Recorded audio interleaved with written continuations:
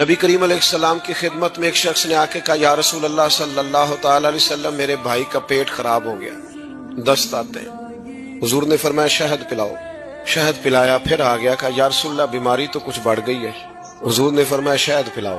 वो डॉक्टर हैं जो दवाइयां बदला करते हैं, वो हकीम है जो दवाइयां बदला करते हैं। ये मेरे रसूल पाक का दरवाजा है। जो दिन को कह दिया दिन है तो दिन निकल आया, जो शब को कह दिया शब है तो रात हो के रही।